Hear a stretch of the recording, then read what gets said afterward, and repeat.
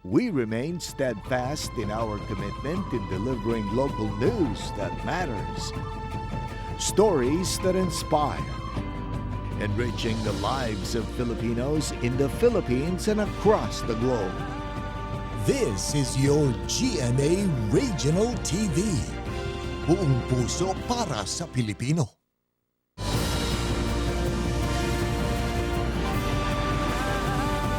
Ito ang GMA Regional TV, One Mindanao.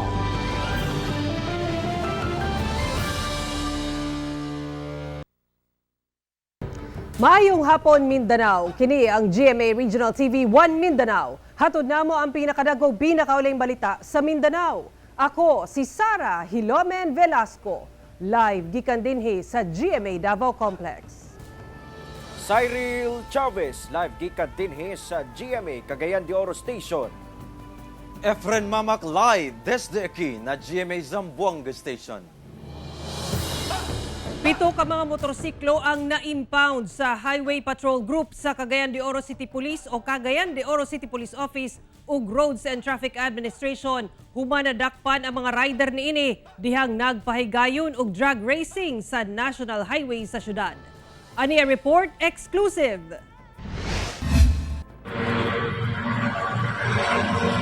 Sa kuha nga video ni Dicky Boy, makita kining grupo sa motorcycle riders nga naglumba og pagpadagan sa National Highway sa Barangay Gusa, Cagayan de Oro City. Tataw gayod ang kakusog sa pagpadagan sa buong mga rider nga madungog pa ang hilabihan kasaba sa mga tambutso sa ilang motorsiklo. Gani, makita pa ang ubang rider nga samtang nag-drag race daw naghigda na sa ilang mga motorsiklo. Wala madugay sa pagpanguna sa Barangay Council sa Gusa, uban ang Highway Patrol Group 10, Agora Police Station ug Roads and Traffic Administration, gipang dakop ang mga pasaway nga riders. Anaa sa 7 ka mga motorsiklo ang gipang impound sa otoridad. Human nga ubay-ubay ang nakitang violation gikan sa ilang motorsiklo ug sa mga driver mismo, sanglit ang uban kanila walay mga lisensya ug mga papeles sa ilang motor. Traffic violation isa for reckless driving, no? Mao ni number 1 nilang violation. And aside from that, usually mangod sa tuang experience before it's either open pipe, modified kanang gitawag na to modified buffers. Matod sa Barangay Gusa Council, ilang gihimo ang mong operasyon batok mga illegal drug racer tungod sa mga reklamo nga ilang nadawat gikan sa mga residente tungod sa kasaba sa mga motor nga bisan 10 oras na sa gabi. Labaw nga peligroso kini dili lang sa kinabuhi sa riders apan hasta na sa madamay nga motorista ug mga residente sa lugar. Dili man namo mahimo nga kamera because unsa may among panlaban kung ang drag race na ay armas or na di ba nato ibawan kay di man na sila tagagusa nagpuyo man na sa nagkalain-lain nga mga lugar. Karon anaa pa sa nagkadiyang buhatan sa RTA ug HPG ang mga na-impound nga motor ug dili pa kini makuha hantod dili nila atubangon ang mga violation nga ilang nahimo. We will enforce the law, no? Do dili man ganing inana pero kabalo naman gyud mo nga ang balaod sakit. Dili man nato gusto sakripisyohon kamo. Pero inyong gabuhaton illegal man usab. Kauban si Makoy Simpron sa kamera. Ako si Cyril Chavez para sa One Mindanao. Nakalatag na ang mga aktibidad alang sa kapistahan ni Senior Santo Niño sa Shrine of Infant Jesus Foundation Incorporated sa Davao City. Gipagula na sab sa City Transport and Traffic Management Office ang traffic plan pasaka sa Shrine Hills. Ano ang report ni Argel Relator? Sama sa mga milabayang kapistahan ni Senyor Santo Niño, libuan ka mga deboto ang gilaumang mutambong sa mga aktibidad ni pahigayon sa The Shrine of the Infant Jesus Foundation Incorporated sa Matina, Davao City. Magsugod sa alas 5:30 hangtod sa alas 6:30 sa buntag ang prosesyon sa Statue of the Holy Infant Jesus of Prague. Sundan dayon kini sa pagpresenta sa Holy Infant Jesus of Prague. Ang schedule of masses, first mass nato is 7 AM and then ang last is tuloy-tuloy na sir every hour ang mass nato. And then palo ang novena and then ang last nato sa mass is 5 PM po. Bali ang kanang sa pahalik bali naka-glass gihapon siya. same last year kung asa siya ibutang. Tapos magtrapo lang gihapon ang ano. Malang gihapon din ang kaugalian.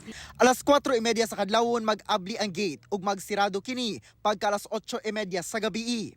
Samtang magpatuman og one-way vehicular traffic gikan sa Kanto Pluto ug Apollo Streets hangtod sa unang broadcast station sa Shrine. Kung gikinahanglan, regulated no entry ang ipatuman ug galing mudagsa gayud ang mga deboto.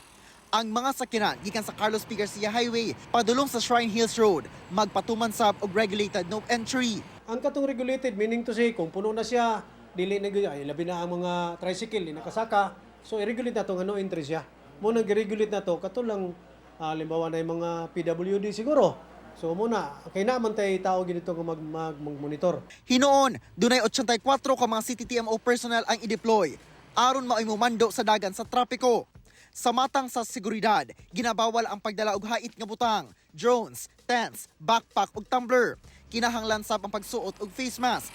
Ginabawal sab ang vendor sa sulod ug gawas. Natay 80 gihapon ka PNP personnel sir from Davao City Police Office. Wala pa'y labot ang personnel from the station kung diin under siyang AOR. Wala pa'y labot ang force multipliers and then the volunteers. Kauban si Metro Awing sa kamera. Ako si Argil Relator para sa One Mindanao. Gatusan ka mga deboto sa itom nga Jesus Nazareno sa Zamboanga City ang midagsa sa gipaygayong Grand Procession ini. Ani ang report? Una gipaygayon ang Grand Procession sa itom nga Nazareno sa Zamboanga City, giadornahan sa mga deboto og mga bulaklakip mga kandila ang karon niini nga nahimutang sa Metropolitan Cathedral of the Immaculate Conception sa La Purisima Street. Bandang alas 3 sa hapon, gisugdan na ang parada niini nga gisalmutan sa gatusan ka mga deboto. Dunay ubang deboto nga nagbitbit sab sa ilang imahen ni itom nga Nazareno. Samtang dunay uban nga nagwagayway sa ilang mga panyo na kung makahigayon ipahid sa imahen sa itom nga Nazareno. Ang maong imahen ana-ana matud pa sa kapin 200 anyos og nagikan pa sa nasod Espanya. Tinwa lang kita sa kapiling, kaya hindi ka natin diya, firme na ka natin ayuda. Sumala sa ubang deboto, milagroso gayud alang kanila ang itom nga Nazareno. It so happened that one building there, they closed our road right of way. But God really provided me now. The road is ongoing, constructed for us. So that is a miracle because I keep on praying to Holy Nazarene that He will give me miracle what to do. Guide for me every day. Buhay tayo, may trials talaga yan. Kaya kapit lang tayo sa Panginoon. Pero yung buhay namin, nag-devote kami sa kay Nazareno, pero parang okay lang man, wala man masyadong problema. Gikan sa simbahan, miagi ang prosesyon sa Central Business District. Dayon sa atbang sa City Hall ug mibalik sa simbahan alang sa pagbasbas sa pari una kini giuli. So just like in Quiapo, we are also transcending the devotion here in Ciudad de Zamboanga. So for over the years, I also witnessed and joined the procession. Ako si Efren Mamak para sa One Mindanao. Dihang mitayog og magnitude 6.7 nga linog adlawng Martes, pipila ka mga residente sa Sarangani ang mingon nga timailan matud pa niini ang pagdagsa sa libuan ka mga isda sa baybayon sa Sarangani niadtong Domingo. Apan dunay pagpaklaro ang Provincial Environment and Natural Resources Office kalabot niini. Ano ang report ni Abby Caballero? Human ang pagdagsa sa mga isda sa baybay sa Maasim Sarangani ni adtong January 7, dunay pipila nga nagpost sa social media nga duna daw moabutay nga linog. Sa post sa usa ka netizen, sama sab daw kini sa nahitabo sa Japan. Ang residente sa Maasim Sarangani nga si Presi Tabora miingong timailhan gayo daw ang talagsaong pagdagsa sa mga isda sa baybayon nga dunay mahitabong linog. Kulbaan ako day, wa na ko mohigda. Perting kulbaan ako. Konektado. Kay posible man nga mudagsa ang isda nga pagkadaghana. Ang mga tag-iya sa resort asa midagsa ang mga isda ug ang uban pang residente nagatuusab sa maong timailhan. Sa akin parang konektado sa lindol na yun sa isda. Hindi rin natin masabi na hindi totoo yun kasi yung matatanda noon Yan ang mga sinasabi nila. Karon man ang nahitabo nga ato katagan. Paglinog maabot paggawa sa bulinaw. Ang amo na lang na mga muyo, mga andam. Apan subling gipaklaro sa Provincial Environment and Natural Resources Office o Penro Sarangani nga walay kalabutan sa nahitabong linog ang pagdagsa sa mga isda sa baybay sa Sarangani. Epekto matud pa kini sa upwelling nga dunay kalabutan sa sirkulasyon sa tubig sa dagat. I cannot categorically say na may connection yung mga ganyan natural phenomenon. Yung dahilan daw ng paglabasan dahil sa lindol. Pero so far sa study natin, sir, hindi naman po. Hindi po. Kauban si Gary Balantay sa kamera. Ako si Abby Caballero para sa One Mindanao. Mialma si Davao City 1st District Representative Paulo Duterte sa matud pa People's Initiative Movement nga gingong gipangunahan sa usa ka party list representative sa Davao City. Kinihuman gipapirma daw ang mga residente sa Barangay 76-A sa Davao City og petisyon kalabot niini. Ani report ni John D. Esteban. Kining mga residente sa Barangay 76A sa Davao City nga nahinabi sa GMA Regional TV, mingon nga daw, dunay gipapirma kanila alang kuno sa ayuda, apan wala daw gipasabot para asa ang ayuda. Gipangutanan ako para sa unsa ni ana man ang nagpapirma na kani ayuda ni sa gobyerno gikanig Manila nya ang gisugo daw ana ang PBA. Ang ilahang papirma, ma'am, isulat imuhang pangalan ug ang present number. Man pirmahan nimo. Asa man mo gipapirma ato, gibalay-balay mo o gitapok mo? O gibalay-balay yun eh. Giinang ko ni purok, putong ni ato sa adto ka sa balay.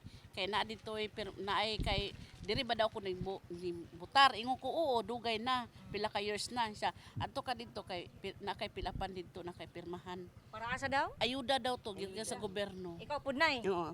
Ganahan mi sa balay, ganahan jud mi sa balay. Pirma pug kapod.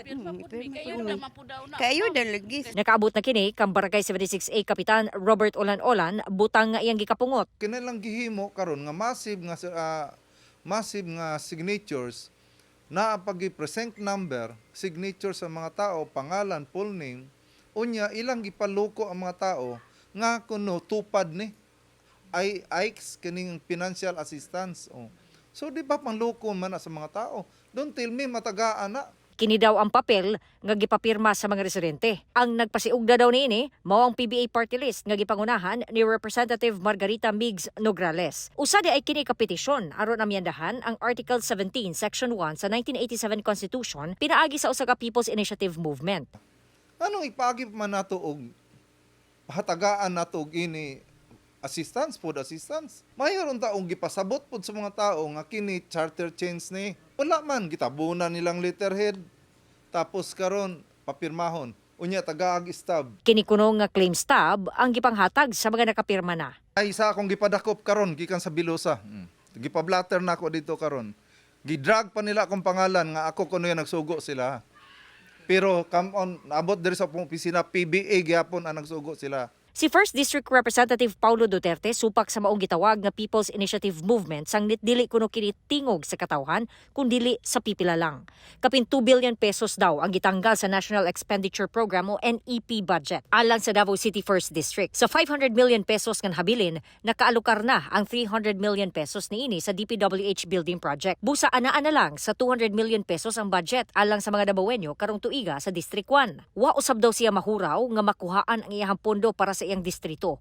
Apan, ang makaluluoy daw, mao mga tao nga mibutar kang President Ferdinand Marcos Jr. Duna sab daw siya ay nadawat nga impormasyon gikan sa matud pa reliable source nga gihangyo na ang mga senador nga dili na mohatag og proyekto sa iyahang distrito. Giawhag sab ni Congressman Duterte ang mga Davaoenyo nga dili ibaligya ang mga pirma o boto bugti lang sa 100 pesos o 10,000 pesos. Gikuhaan sa GMA Regional TV ang bahin ni Representative Migs Nograles apan wala pa kini mihatag og pahayag.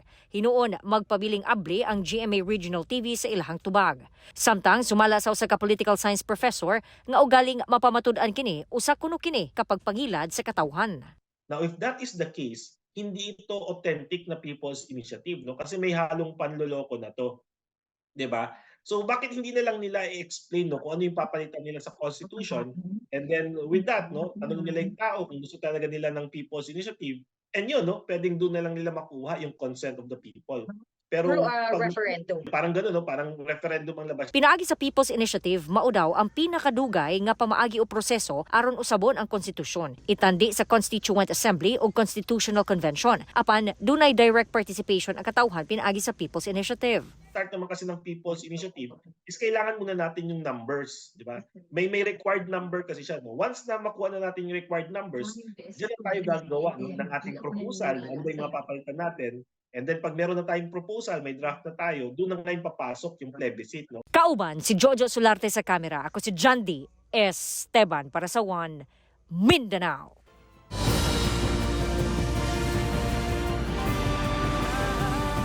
Ito ang GMA Regional TV, One Mindanao.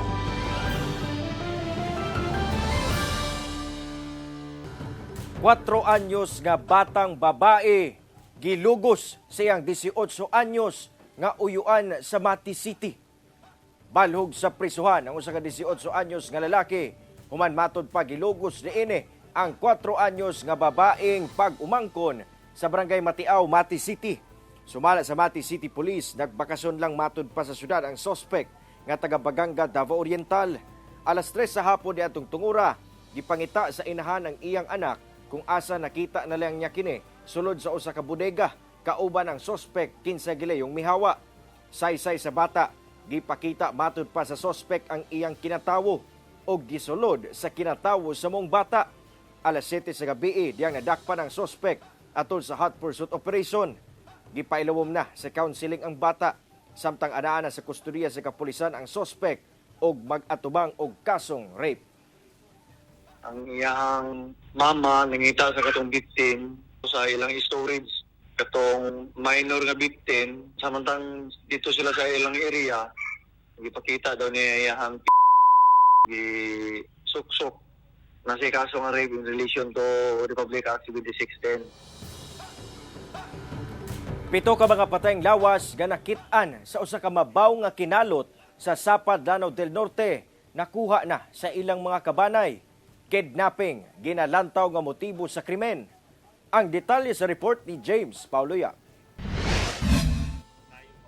Gikumpirma sa hepe sa Sapad Municipal Police Station nga nakuha na ang 7 ka mga patayng lawas nga gipanlubong sa Sitio Lapaw, Barangay Carcom, Sapad, Lanao del Norte. Sumala sa opisyal nga pasado alas 5 sa hapon adlang Lunes, miabot sa punerarya ang usa ka Winnie Dalora kinsa nagpailang igsuon sa usa sa mga biktima aron kuhaon ang patayng lawas niini ug dalhon sa ilang lugar sa margo sa tubig, Zamboanga del Sur. Magbanay lang sab kuno ang mga biktima kinsa paingon unta sa Cagayan de Oro City aron musakay og barko padulong Cebu City aron manarbaho. Milakaw kuno sa margo sa tubig ang mga biktima pasado alas 5 sa buntag adlang Domingo ug paglabay sa pipila ka oras dili na kuno sila makontak. Blanco sab ang kabanay sa mga biktima sa motibo sa krimen tungod wala man kuno sila kabangi sa ilang lugar. Murag silingan mi kay balo man siya wala dili kaaway dili sa kuan kay ang dili na wa ipalutungan na mo sa amo.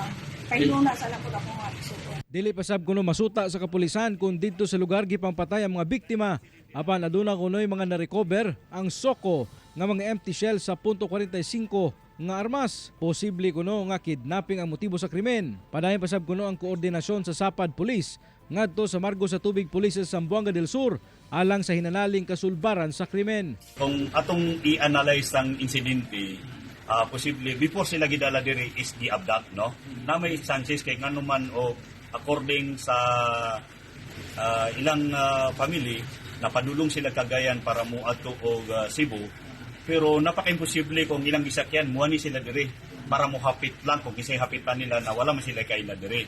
Ako si James Paulo Yap para sa One Mindanao.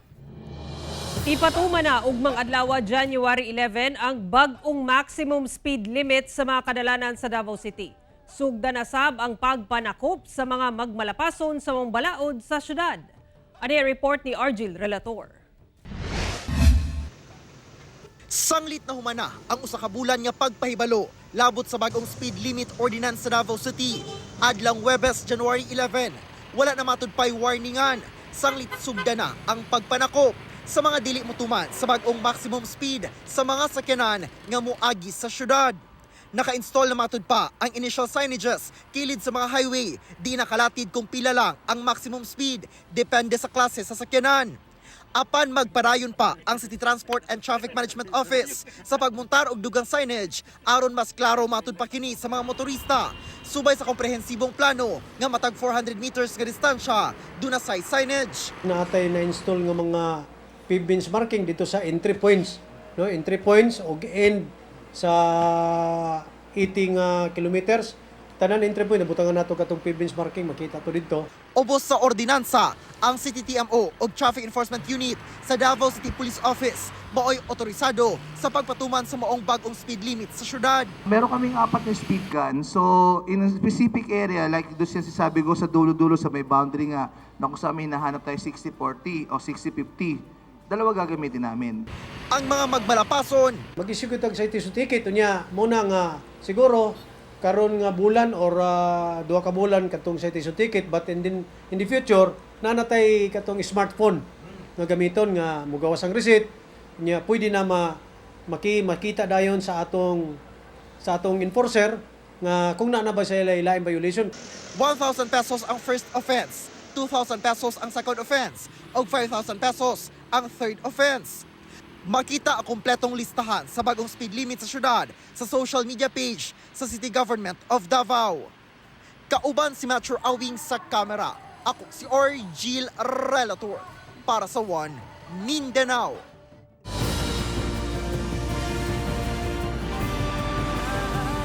Ito ang GMA Regional TV, One Mindanao.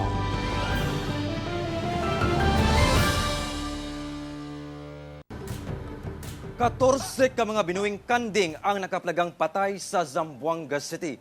Kini human giatake matud pa og mga latagaw nga mga iro sa lugar. Ano ang report ni Chris sa Dapitan? May sa kanding uya. Adunay mga wala nay unod, adunay ulo na lang ang nabilin, dunay daw pinaakan sa nagkadayang parte sa lawas. Mao na kini ang kahimtang sa 14 ka mga binuhing kanding sa kilometer 55 Buena Vista sa Zamboanga City. Sumala sa pag-umangkon sa tag-iya sa mga kanding, kinsa maoy tigbantay niini ug uban pa nilang alagang hayop. Pasado alas 7 Martes sa buntag, naabta na lang nila nga wala nay kinabuhi ang ilang mga binuhing kanding. Wala lagi katong gipang masakin, mga butbut ang mga lubot sa paa, daghang pinaakan. Napayupat na bilin. Posible kunong mga iro ang miatake sa ilang binuhing kanding. Adoy nakagi, mga alas 10 sa gabi nagsagitay daw na ang kanding. O dapo daw iro. Nagsige daw paghutang iro. Jud ma'am, kay naaman dito. Nakadugo pa gani ang baba sa iro ma'am. Yung tago sa libon. Katuman daw ng iro nga. Wala ba'y tagiya ba? Sumala pa, ang pagbuhi og mga hayop ang panginabuhian sa pamilya og kapin dekada na. Miabot kuno og kapin 40,000 pesos ang danyo sa pagkamatay sa ilang mga hayop. Human sa hitabo, gipanghatag na lang sa tag-iya sa mga silingan ang giatake nga mga kanding. Sumala sa barangay, mga latagaw nga iro matud pa ang miatake sa mga kanding.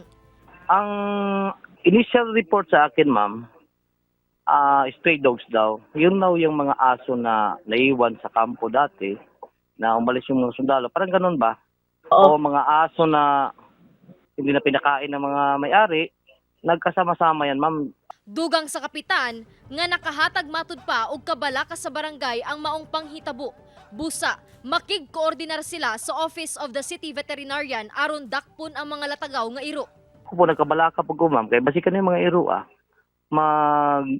mo-attack po sa mga tao, sa mga bata, especially kaya di makasukol. Ang amuang ko hindi magkwanta og dog catching. Tambag sab karon sa City Veterinarian's Office ngadto sa mga nanag-iya og binuhing hayop nga kung mamahimo adunay insurance ang ilang mga binuhing hayop aron mahatagan og ayuda kung ugaling adunay mahitabo sa mga hayop. Na City Veterinarian, ma'am, tan advice kami kanila, ma'am, si pwede sila man insurance nila mga animal para so kene ko sayan happening wal DTR. Tapan na lang sila, ma'am, kanamo na opisina, ma'am, libre lang manese, ma'am. Panserok dan sila kwanto bilog dila animal pati dila mga owner dila or ID kabar kanamo niya sila si tadali, ma'am, kay kami si Taliban na din na insurance, ma'am. Ako si Krisa Dapitan para sa One Mindanao. Duha ka minor de edad nga magsuon ang patay dihang natrap sa ilang nasunog nga balay sa Davao City Lunes sa gabi. Nagtinabangay na ang mga residente sa lugar sa Purok Kaunlaran, Barangay Saloy, Kalinan, Davao City sa pagpalong sa nagdilaab nga balay Lunes sa gabi. Dihang miresponde ang kabumberuhan, nakaplagang nangasunog na ang magsuong Lex 14 anyos ug Loigi Romero 13 anyos, suman wala na makagawa sulod sa nasunog dilang balay. Sumala sa report sa Davao City Police Office, nakita na lang kuno sa silingan sa mga biktima nga nagdilaab na ang balay niini. Apan tungod sa dako sa kalayo, wala na kini matabang. Ginasuta pa sa kabumberuhan ang hinungdan sa sunog. Patay ang usa ka 52 anyos nga lalaki human kini gidunggab sa iya mismong 60 anyos nga kabanay sa Zamboanga City. Nagbuyod ug naligo na sa kaugalingong dugo dihang napalgan sa kapulisan ang usa ka lalaki sa gipuy-an niini sa Barangay Talabaan, Zamboanga City. Ang biktima nga wala una gipangalan sa kapulisan nag-edad og 52 anyos ug residente sa Alicia, Zamboanga, Sibugay. Matod sa kapulisan, ang mga biktima gidunggab sa makadaghang higayon sa managlaing bahin sa lawas sinungdan sa hinanaling kamatayon niini. Ang sospek usa ka lalaki nga kabanay ra sa biktima nga nag-edad og 60 anyos ug residente sa Barangay Vitali sa Zamboanga City. Sumala pa nag-inom ang biktima og sospek ug dihang naglalis, kalit matud pa nga gidunggab sa sospek ang biktima gamit ang usa ka double blade knife nga dala niini. Hinuna sikop pra sa kapulisan ang sospek atol sa gipaygayng hot pursuit operation.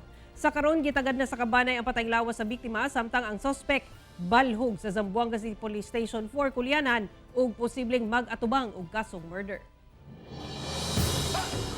Mao kadto ang mga ulahing balita sa Mindanao karong adlaw. Mamahimo ninyo kining makita pag-usab pinaagi sa pagbisita sa official website sa GMA Regional TV o bisitaha ang among official YouTube channel o i-click ang subscribe button para sa pinakaulahing balita.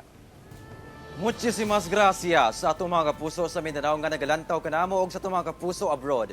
Padayon lang sa pagtutok sa mga lokal nga balita matag adlaw tungod sa GMA Regional TV Local News Matters. Kami ang GMA Regional TV 1 Mindanao. Tibok pwersa para sa mas dakong misyon ug mas halapad nga pagserbisyo sa nasod.